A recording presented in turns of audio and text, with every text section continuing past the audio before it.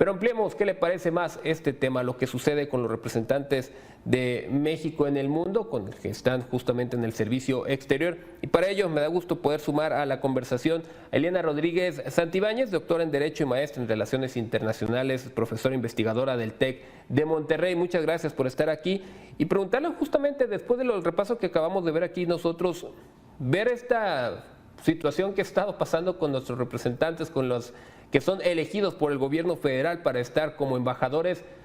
¿En qué se ha equivocado? Si es que podemos decir que lo ha hecho el gobierno federal hasta el momento, o no está tan mal hasta este punto lo que ha sucedido con los embajadores. Bueno, yo creo que en cada sexenio tenemos la misma historia.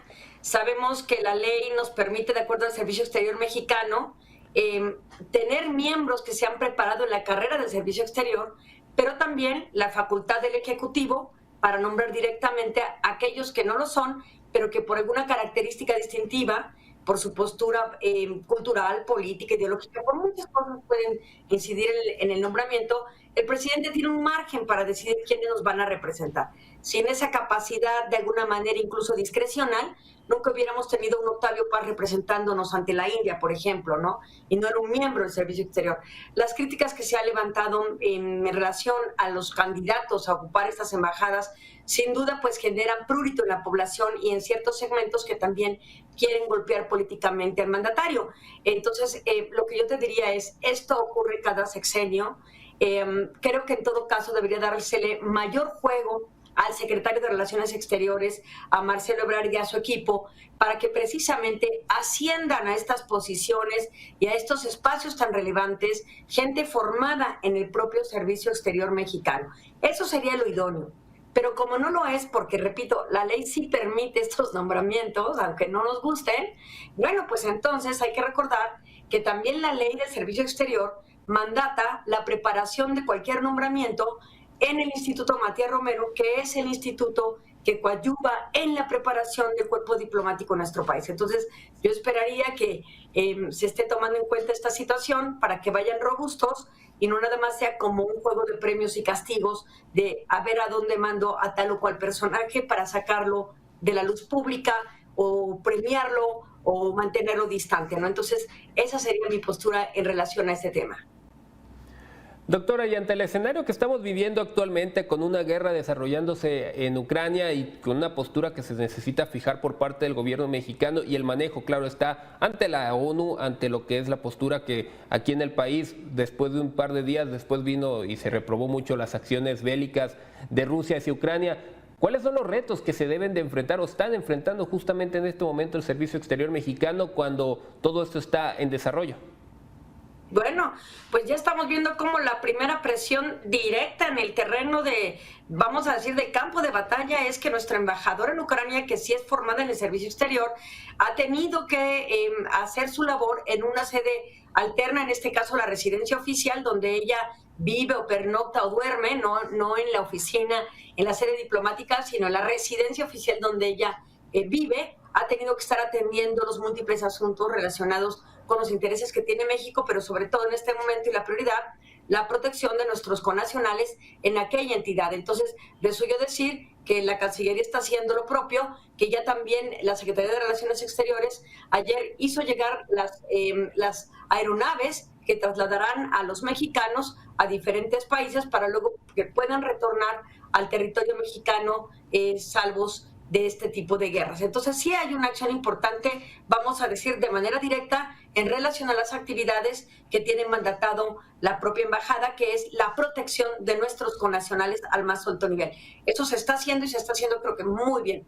En el tema de respuesta inmediata al tema del conflicto, pues me parece que el primer día el anuncio que dio México no fue realmente de condena, sino de respeto a la integridad y soberanía de Ucrania. Entonces creo que eso estuvo muy bien, pero no fue suficiente. Al otro día corrige, lo cual me parece todavía mucho mejor, cuando ya le pone nombres y apellidos al asunto y reclama la integridad y condena prácticamente al Estado ruso por esta invasión, condena el acto de la invasión realmente, ¿no? Entonces, creo que ya ahí hay una corrección bastante importante y de acuerdo a lo que se estaba votando en el Consejo de Seguridad por aquellos miembros que sí querían pasar una resolución en contra de Rusia y que evidentemente no pasó porque 4 estados, obvio, Rusia emitió el veto, que es impedir que pase la resolución, y 3 se abstuvieron y cuentan prácticamente para impedir que la resolución pase. Y esos fueron China, India y los Emiratos Árabes Unidos. Por eso ayer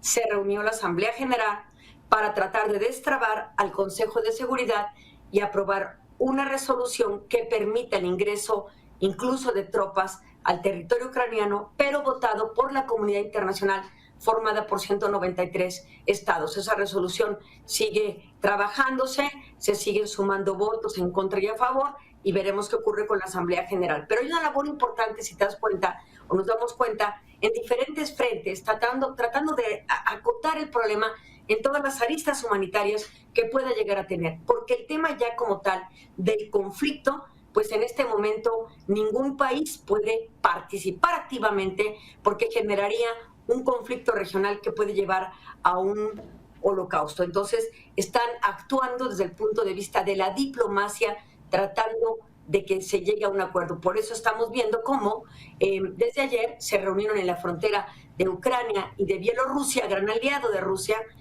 se reunieron comités de una y otra parte para tratar de llegar a un punto de equilibrio, a un quid pro quo, a concesiones de uno y otro lado, para tratar de resolver este conflicto que estamos viviendo.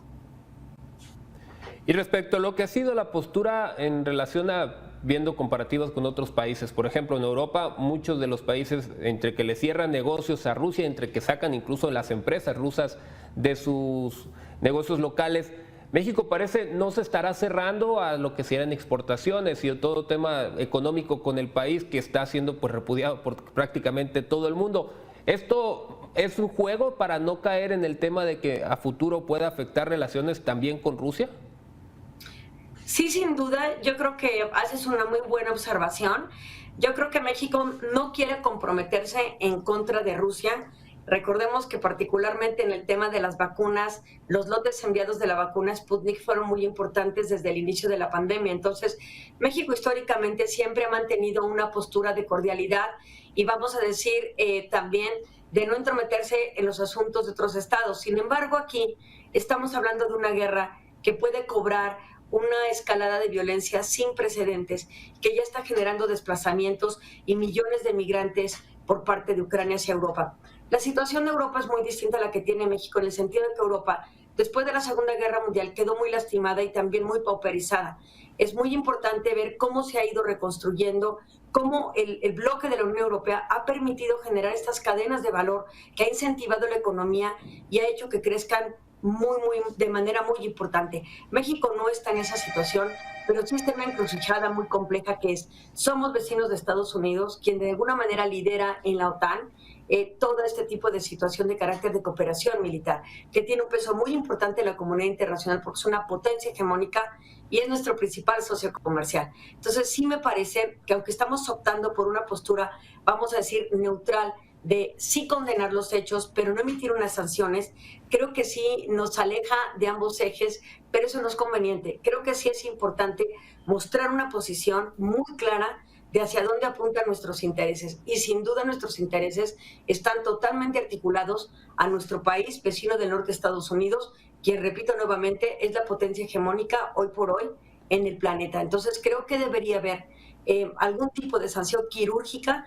Yo no estoy pensando como otras naciones si el sistema SWIFT se cancela con Rusia o no, pero sanciones muy quirúrgicas, y me refiero a aquellas como las que se utilizaron en alguna ocasión por parte de México respecto al comercio bilateral con Estados Unidos ante el incremento de aranceles.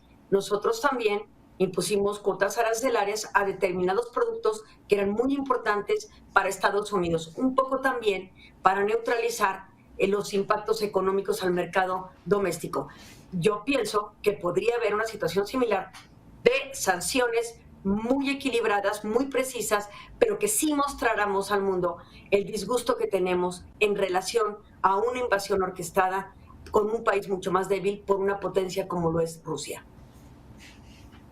Doctora, yo le agradezco mucho estos minutos que nos pudo brindar y también poder entender más sobre este tema y estas posturas que toma el país. Esto ya nos ayudó a entender más por qué conviene y por qué es inconveniente ciertas partes de lo que ha estado haciendo nuestro país ante este conflicto. Muchísimas gracias, que tenga un excelente día. Esperemos tener futuras conversaciones con usted. Gracias, un privilegio estar contigo. Hasta luego.